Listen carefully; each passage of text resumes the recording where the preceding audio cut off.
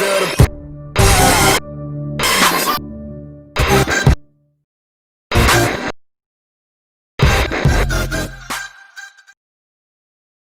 What is going on, everybody? Welcome to a brand new episode of the Footless Fury podcast. My name is Stetson Bardfield, and today I've got an athlete from Gymnastics with me here. You want to introduce yourself? Yeah, hi. I am Adrian de Los Angeles. I am with the resident program here at the U.S. and Olympic and Paralympic Training Center. Mm-hmm. Yeah. Very cool. And what specifically do you do in gymnastics? So I train all around. Oh, okay. Yeah. Very cool. Yeah. All right. Let's get right into the questions here. First one I've got here is, what challenges do you come across in getting to where you are today? Challenges. Well, I suppose throughout my career I've had to deal with a lot of challenges. Mm-hmm. The first one being I was around 13 years old and I was at a competition and I was doing something on P-bars where I landed my dismount and I landed kind of short, Mm-hmm. and my back kind of tweaked. Mm. Yeah. Okay. And so that was, as a 13-year-old, that was kind of the first injury that I had to deal with. And we got x-rays and they actually found out that I had a strange fusion that I was born with. Okay. And it was going from my L2 to L4. Mm-hmm. And essentially it just made my lumbar mobility Mm-hmm. not that good. Okay. And so I essentially had to do a lot of rehab with that and learn how to create more mobility in other areas like my thoracic spine. Mm-hmm. And that was something that I ended up dealing with on and off throughout my career. Like when I got into college, I started having these sort of back spasms a lot. So Mhm. whenever I would land improperly and my muscles would tighten up really quickly, everything sort of just like froze and I couldn't really move. Gotcha. And so dealing with that was something that, it was a learning process. Mhm. And then in 2014, I actually ended up tearing my ACL at Winter Cup, which is our Winter Nationals. Mm-hmm. And that was the first time I've had to get surgery. Right. And so that was a really big, perspective changer for me, because up until that point, I believed I never really had to deal with something too serious. Mm-hmm. And so that was a lot to deal with. It was the first time not getting to train, Mm-hmm. first time, seeing everyone else compete and train and doing all of these things, and I'm on the side it Right. felt like I wasn't doing much, Mm-hmm. And from that, essentially, thanks to my trainers, I learned that even when you can't do what you normally do on a day-to-day basis, Mhm. there are ways for you to progress. Yeah. And especially when dealing with an injury, it's important to stay patient and recognize what I have, on my to-do list, Mhm. what I can accomplish, and then what I can't just yet. And so you focus on the things you can do Mhm. rather than thinking about what you're missing out on. Right. And that sort of mindset, it took some time to develop, and Mhm. when I moved here to the training center in fall of 2016, I ended up deciding that I was going to get shoulder surgery because I'd been dealing with shoulder issues. Mhm. And so that was another event that allowed me to practice that mindset a lot more. Okay. And kind of since then, and ever since I've, had injuries up until then, I'd basically just done whatever I could, Mhm. and then, was satisfied with that. Yeah.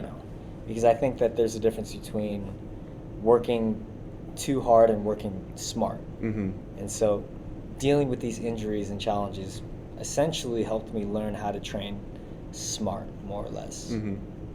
Okay, awesome. What would you say was normally your biggest motivator in keeping you in the sport during that time and throughout your career so far? Yeah. No, there have been a lot of times where I've questioned whether or not I wanted to continue doing this sport. Mhm. But really, the one time that I was faced with that question, it was actually when I was 13, and it was dealing with that back injury. I was stressed at practice, and coming home, I was talking to my parents about how stressed I was, and my mom was like, "Well, then quit. If you don't want to do this anymore, if you don't love it, then quit." And that kind of, it shut me up real quick, because I kind of just, as a kid, I was hoping to get her attention and tell her, have her tell me, "Oh, you'll be okay," all these things, but she put it plainly, and it caught me off guard. It gave me some pause, and I realized, okay, no, I don't want to quit. I do love this sport. Yeah. And I think what really keeps me motivated is finding those the blips of really good practices that you have, really good turns that you have, where it just feels like everything worked out the way that you were planning it to work. It's like you entering what they call a flow state, essentially. Right? We've talked about this before. Yeah. But when you can just allow your body to do the work that you've been training, and those moments I've come to really just love, because it's not something that happens all the time. We're training so that we can try and make it happen more often. Yeah. But when it does happen, it feels really good. And so it's one of those things where it's like, I understand that, life and sport has a lot of ups and downs. And when the downs come, you got to look at things objectively and understand that it's all part of the process. So when you come back up, that's kind of what is, that's one of my main motivators, I suppose, is like, keep working for when you're moving up. I like that. All right. Very cool. Let's see. What next question do I have? What is important to you? So it's kind of a broad question. It's a broad question, but I think it's good to certainly look at what's important. And I've actually recently written down some of the things that I value. Yeah. And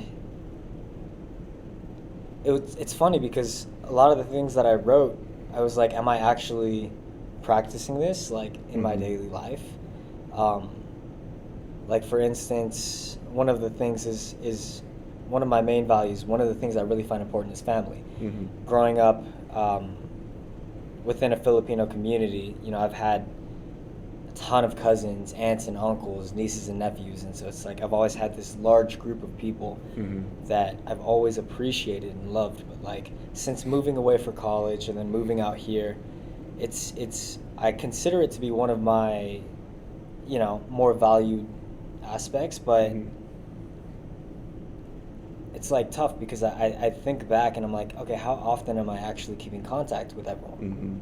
Probably not as often as I could. Yeah. As often as I should. As often as, a person that says they value family this much should. And so it's one of those things where it's like, okay, well, I can change this. I can, reach out more. Right. And it's tough when you're in a different place. Everyone's got their own lives. There's, everyone's busy.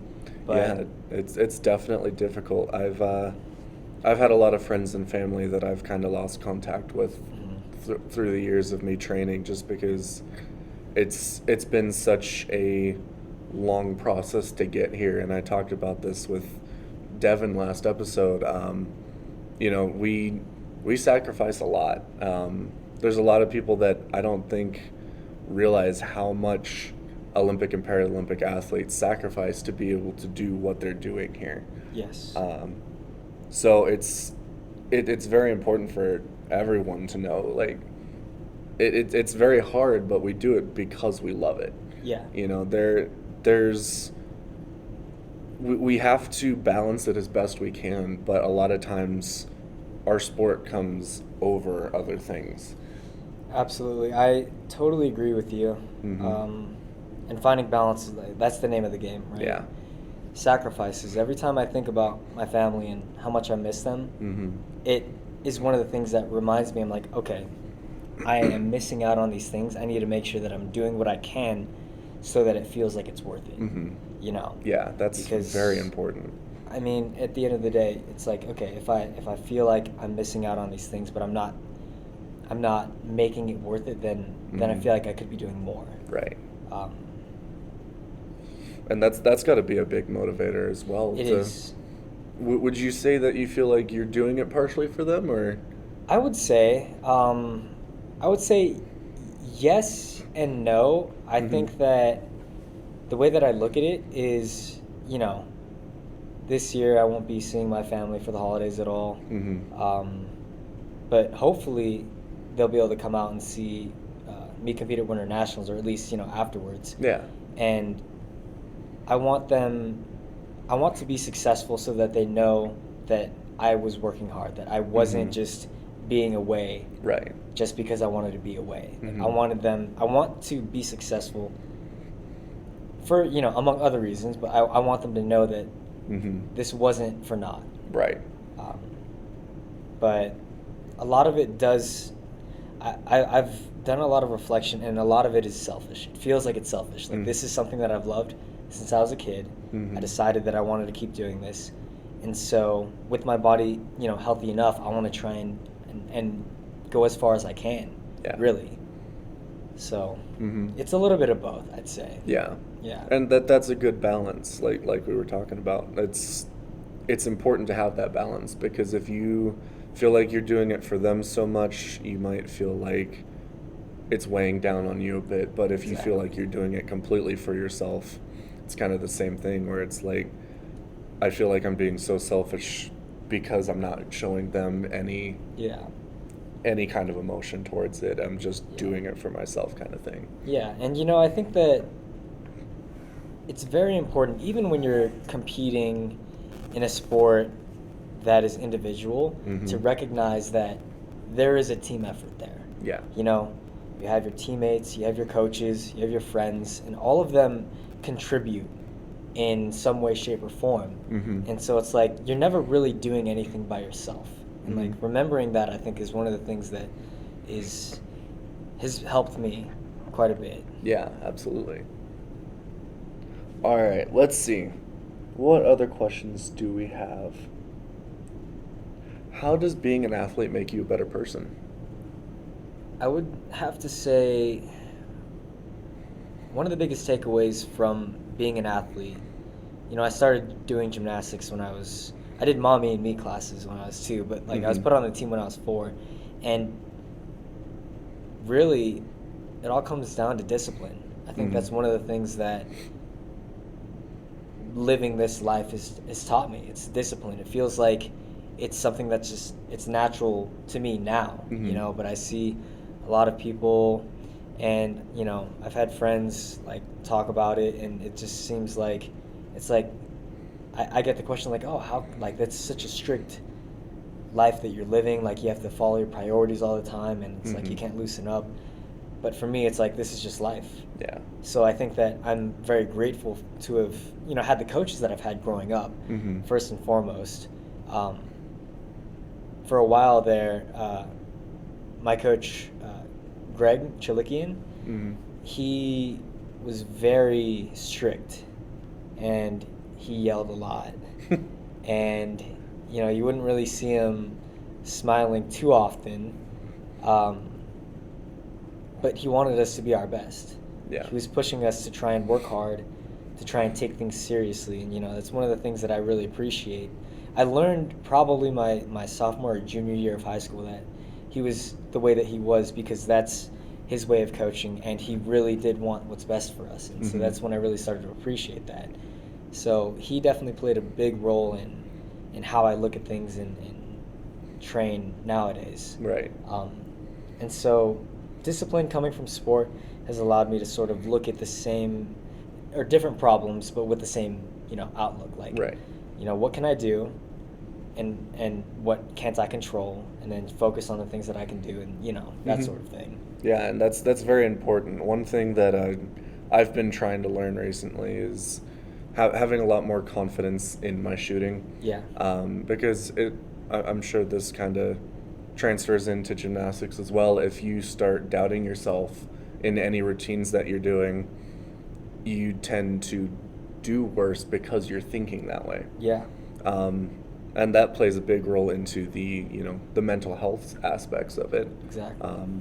Mental health is incredibly important. I can't stress that enough, and I'm sure you feel the same way. I absolutely feel the same way. One comment on what you were just talking about, Devin had mentioned Mhm. uh, he was referencing catching a ball versus not catching a ball, right? Right.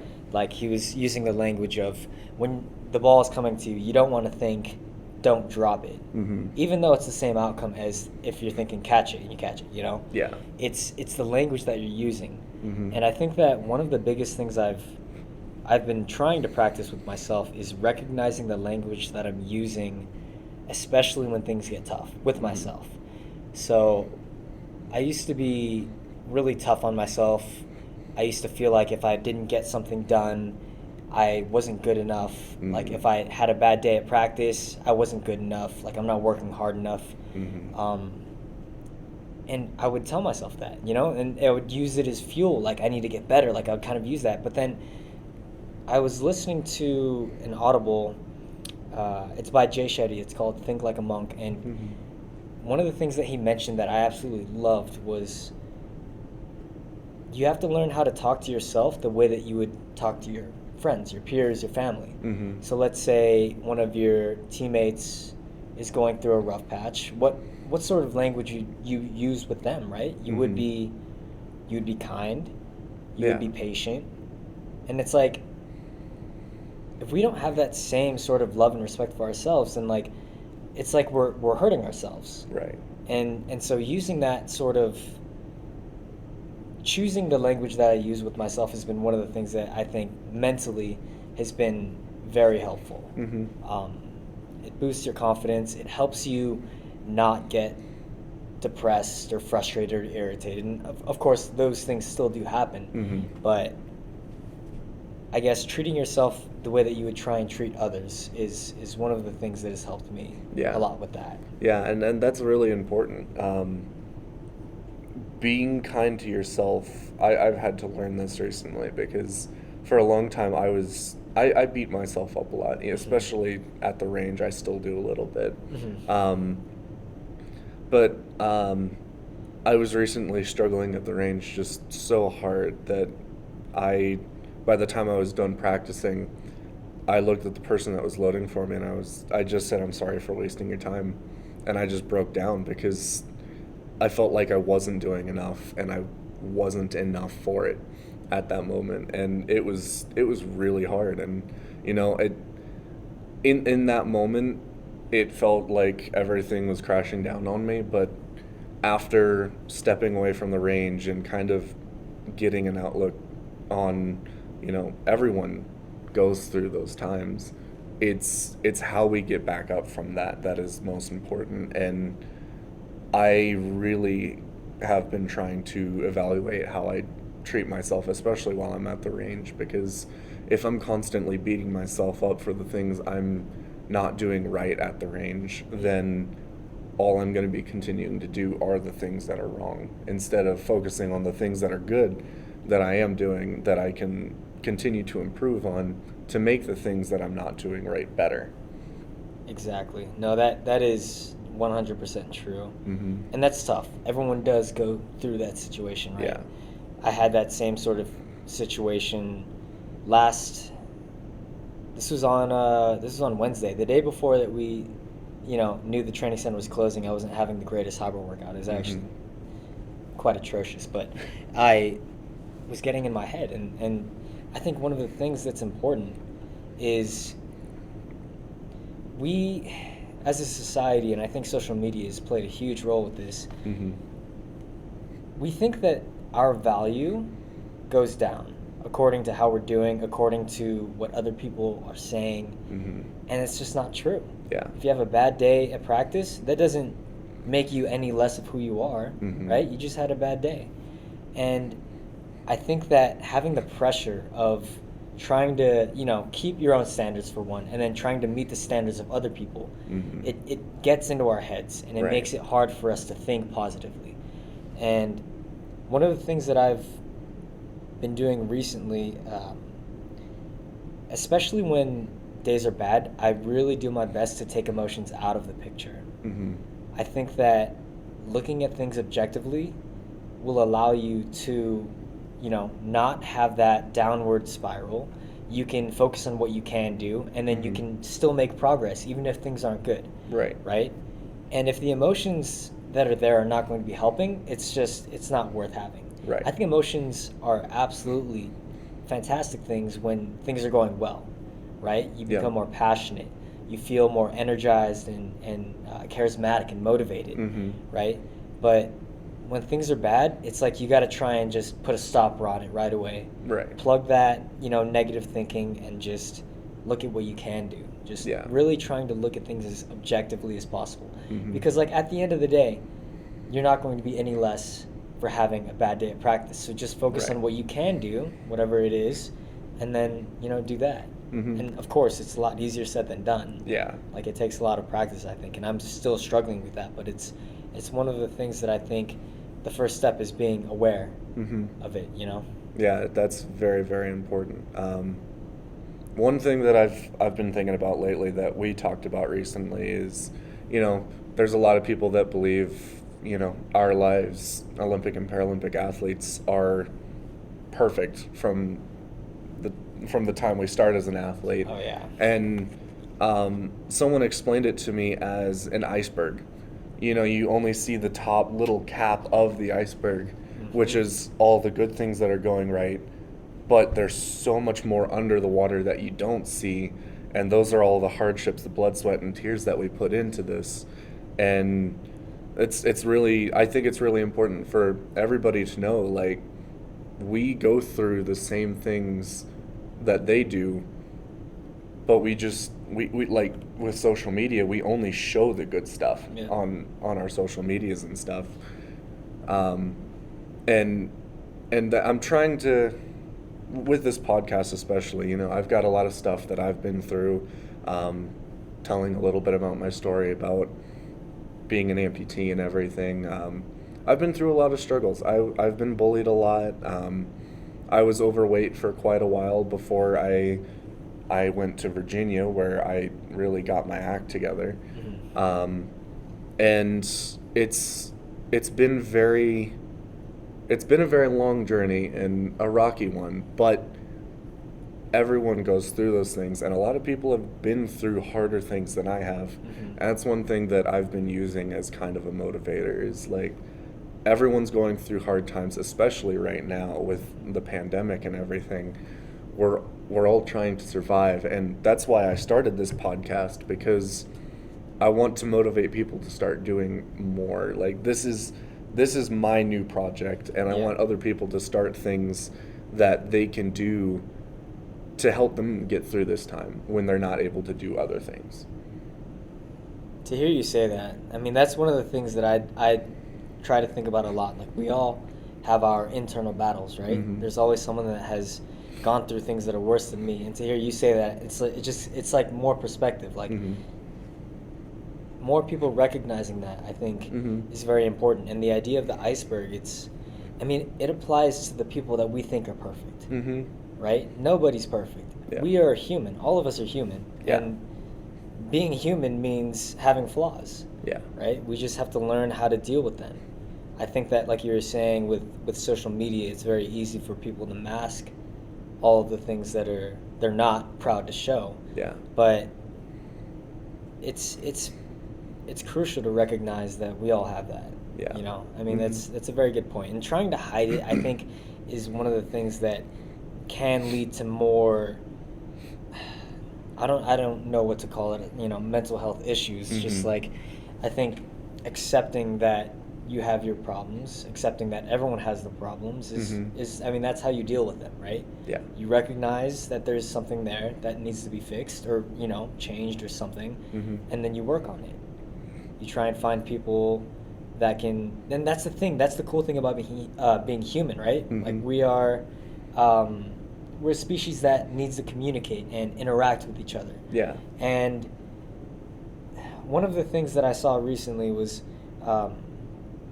the idea of chasing your own happiness, right? And that is something that if you try to do that, you're always trying to obtain your own happiness, it won't ever come. But when you can help other people achieve their happiness, help other people get happy, you will start to feel happy yourself. Like, we as humans need to, I think, let more of our problems, not like dumping, problems on people, but like being accepting of other people's help. because Yeah. we're not alone in this. Mhm. You know, none of us are alone. Yeah. So. Yeah, that's important for everyone to know. There's a lot of people, and including me, um, at times that feel like they are alone. That Mhm. you know, there's no one to talk to, and I really try to be that person for as many people as I can because I care about everyone. There's not a single person in this world that I would ever say I'm not going to help you. And you know, an analogy for what you were talking about. You know, if your cup, let's say you are a cup, and your happiness is overflowing over that cup, Mhm. you're able to give that to other people.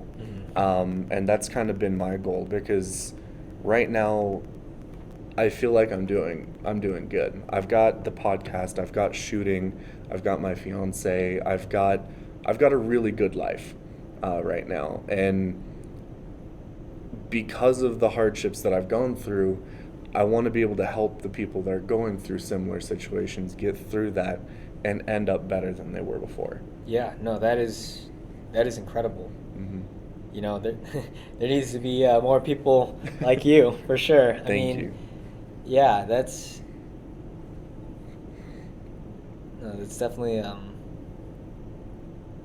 I agree for sure. Thank you. Yeah. Yeah. Um, okay. We'll get to a couple more questions, and then we are getting this episode will be posted the day before Christmas Eve. Oh, Yeah. cool. So if you want to say happy holidays to some people, Yeah, please no. feel free. Happy holidays to everyone. Yeah. Yeah. Merry Happy Christmas. Happy Hanukkah, Merry Yeah. Christmas, all a Happy New Year. I will be turning 20 in January. Oh, happy early birthday. Thank you. Yeah. It's like I said, it's been a really long and bumpy road to get here so far, but I am really excited to see what the future holds for me. Yeah, no, I agree. You know, 2021 will Yep. be bringing good things. Yes. For sure. Yep. A lot of people have a lot of faith in 2021. Yeah. And I am one of those people. I think with everything that has gone on this year, I'm hoping that everyone has the outlook of, you know, let's make it better. Yes. Yeah. Yes, I was Um, actually going to say that. So. Yeah, let's make it better. It's going to be better. Yeah. Let's make it better. Yeah, you Let's- have to be proactive. Exactly. Mhm. And I'm really excited to see what people have in store for the next year. All right, so this question here, if you could play another sport, what would it be?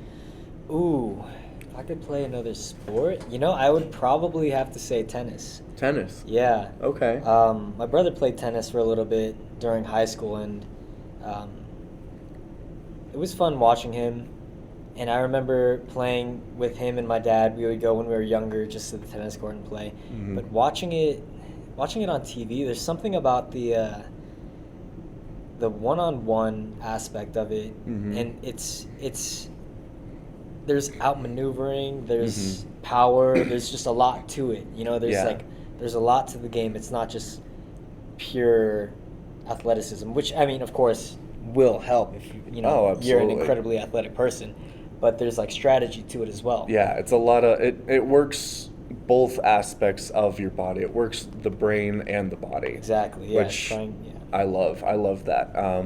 Shooting is very much a mental sport. It doesn't Yeah. take much physical to be a really good shooter. Yeah. It's a lot of people describe it as 80 to 90% mental, Yeah. 10 to 20% physical. And you know, the thing about that is I feel like sports that are more mental than physical are Mhm. definitely harder. They're Like- they're difficult Like for I sure. think it's pretty. I mean, I'm not saying it's easy, but I think it's easier to just shut your mind off and just grind physically. Like, yeah, Mhm. okay, we can do that. Yeah. But having to deal with all of the mental stress and pressure that comes with a sport like shooting, Mhm. like you need to train your mind, and I just feel like there aren't as many, or it's not as like you know, in school, kids are growing up and they've got physical education, but there's no mental education. Mhm. You know, there's no this is how you should be looking at things, which maybe would be a good idea, like having some meditation classes in elementary school, like Yeah, starting them absolutely. that young, Mhm. wouldn't be a bad idea. Yeah, I absolutely agree. Kind of an outlook based Yeah, perspective. class. Yeah, Yeah. yeah, yeah, yeah.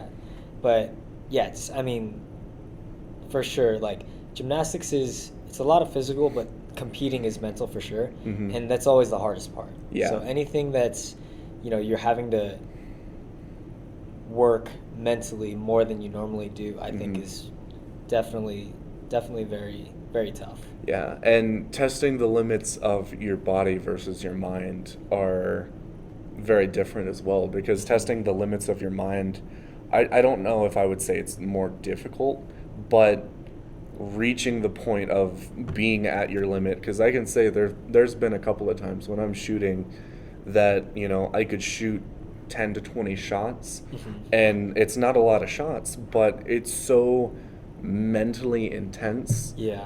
that I take a break, I take the gun off, and I am just exhausted from Really? that. Yeah, and it's just from that sheer mental intensity of Yeah. focusing on, because one of the ultimate goals is focusing on one shot at a time and not allowing the past or future shot affect that shot in the moment. That is, yeah, that is really cool. So I mean, I mean, the idea of shooting is similar to gymnastics in that the goal is perfection, Right. right? And that is, like, how do you deal with, like, let's say you have a shot, it wasn't what you wanted.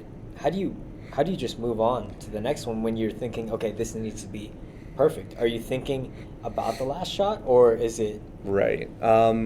So that is one thing that it's a lot easier said than done, of course, and I am not good at this, but I do know what I need to be doing. Okay. It's one of those things that I'm still trying to practice, and it really is just letting that shot go.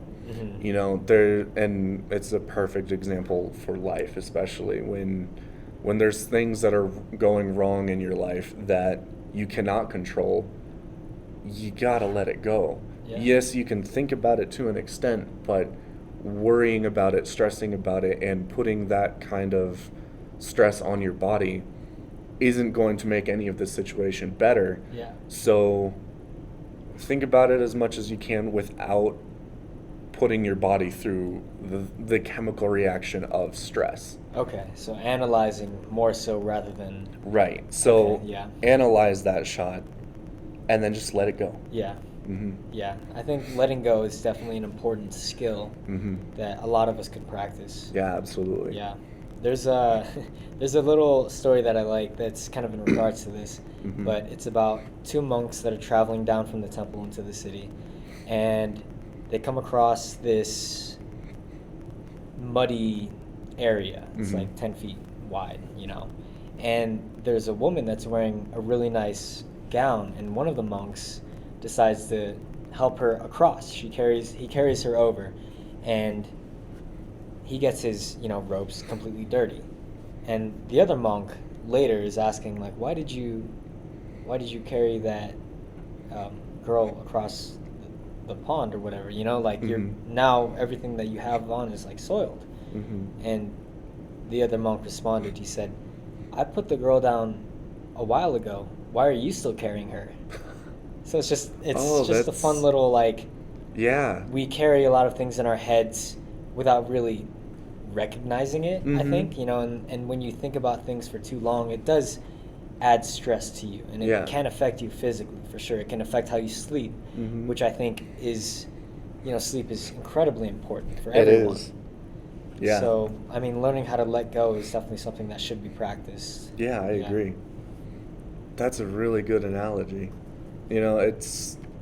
That's really interesting. And, stress is something that heavily affects the body. And Mhm. I don't know how many people really realize how much it does, but I mean, you could stress to the point where you can't sleep, like you said. You can stress to the point where, you're losing hair even. Yeah. And it's important to, like you were saying, see things objectively, because there's a lot of things that many people stress about that they can't control. Yes. And like you said, letting go of that is really important, and I really like that analogy. Yeah, I mean, one of the biggest sayings that we had. I went to school in Michigan, Mm-hmm. and one of our favorite sayings was "control the controllables." Mm-hmm. Our captain Sykes Caesar used to say that all the time, Mm-hmm. you know, and it's really just like, okay, you hear it and you're like, yeah, okay, Mm-hmm. and then when you really like kind of break it down, it's like very simple, right? Mm-hmm. You just, if you can't control it, don't worry about it, and Yeah. then just focus on what you can do. Mm-hmm. It helps you to work more efficiently, and you're not wasting energy stressing. And yeah, stress also, it wastes energy, right? So Right. it's like you're losing out on how you could apply yourself in other areas when Mm-hmm. you're stressing over something you can't control. Yeah. Yeah. All right. I think one of the last questions I'm gonna ask here is, what do you do to calm your butterflies while you compete? Oof. So that's something that I feel like no matter how long I've been competing for, if there's a little break in between competitions, like um, competing last year versus this year, I Mm-hmm. feel like that first competition there's always going to be a lot more nerves, Right. and usually it's on the first event. So what I try to tell myself, at least in the past, what I've learned from myself, is that I would try and hold back almost. Like I feel like I'm waiting for some mistake to happen, Mm-hmm. and then when it happens, all of a sudden I can compete really well, Yeah. And then at the end of the day, I'm like, oh, if only I didn't make that mistake. And so what I've started to do is just attack the routine like I've already made the mistake. I'm trying to tell myself like there's nothing wrong that can happen because it's already happened in my head. Right. Just go ahead and just go full out. Don't hold back. Yeah. And I think a lot of that, um, for me at least, I get nervous and my breath starts to change, right? Mm-hmm. And so really trying to control my breath during that pre-competition stage is one of the important things. There's a Mm-hmm. lot of different breathing techniques, but one for me that I like, especially when I'm nervous, is I breathe in for 4 seconds, I hold for 4 seconds, and then I breathe out as hard as I can, as fast as I can. Mm-hmm. Kind of just like jolts like the butterflies away. Yeah. But you know, to each their own, I guess. So Mm-hmm. that's breathing techniques and telling myself that I need to take the more, aggressive, proactive like approach. I Mm-hmm. think is kind of what I do. Yeah. Okay. That's really good. I like that.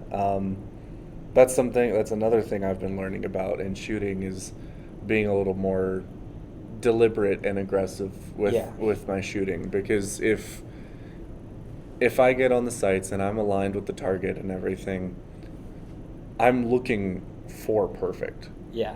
Um, when in reality, the best shot that I can take is normally within about 6 to 7 seconds of when I start looking down the sights. Okay, So it's a very short time period that I have,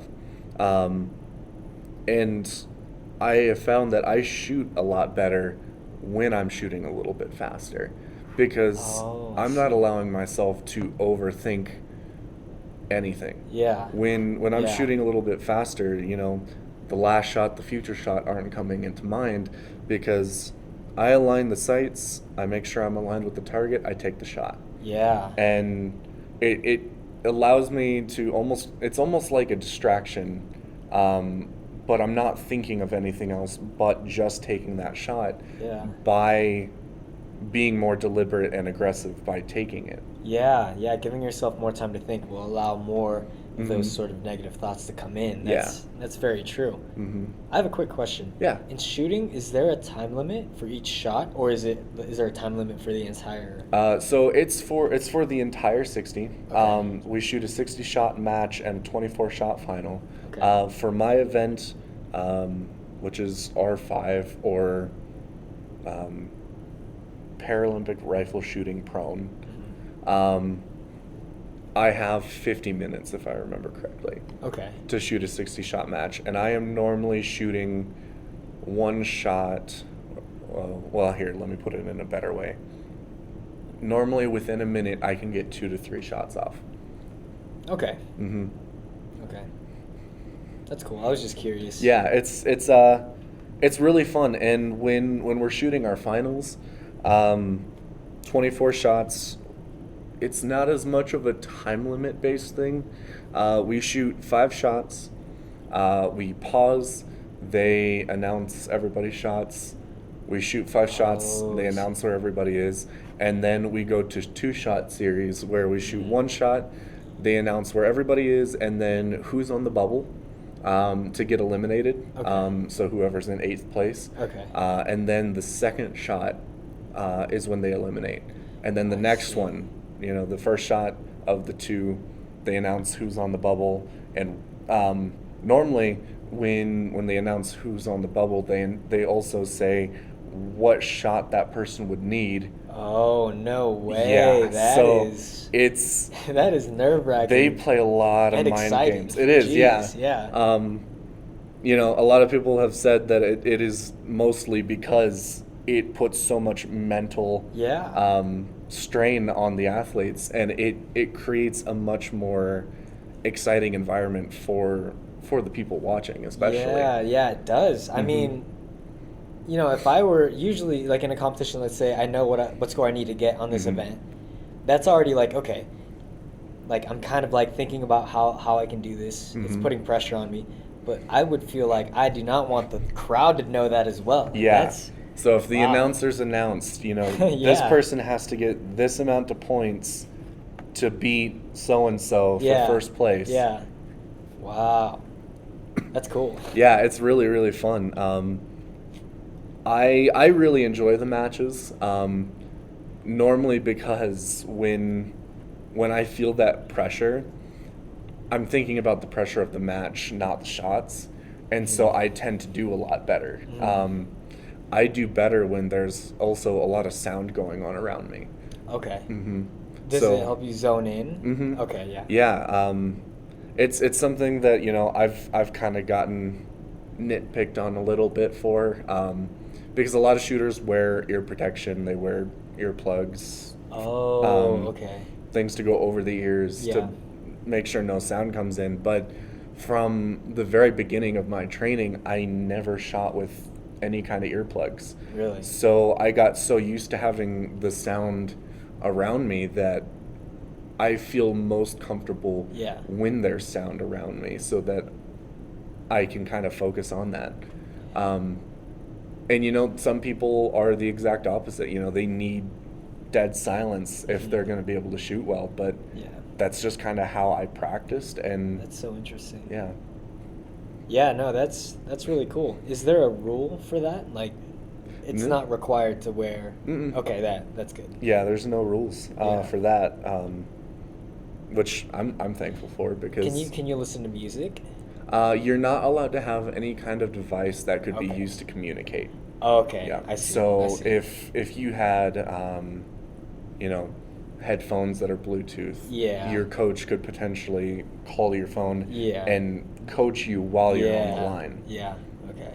That makes sense. But they normally have music on a pretty high volume during matches and competitions and stuff. That's cool. Yeah.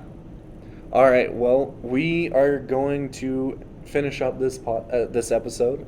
Is there anything you want to plug? Your Instagram, Facebook? I mean, sure, yeah. You can go ahead and follow my journey on Instagram, I guess. What is my Instagram? That's a good question. I think it's A D Los Angeles, my last name, _ Yeah, and that's it. And I will have that in the video as well, so they can see it. Okay. But yeah, thank you for joining. Yeah, no, thank you for having me. Yeah, thank absolutely. you for doing this. I think it's amazing. Yeah, this was a lot of fun. I enjoyed it. Yeah. All right. You want to say goodbye to everybody? Yeah. Goodbye. Take care. Happy holidays.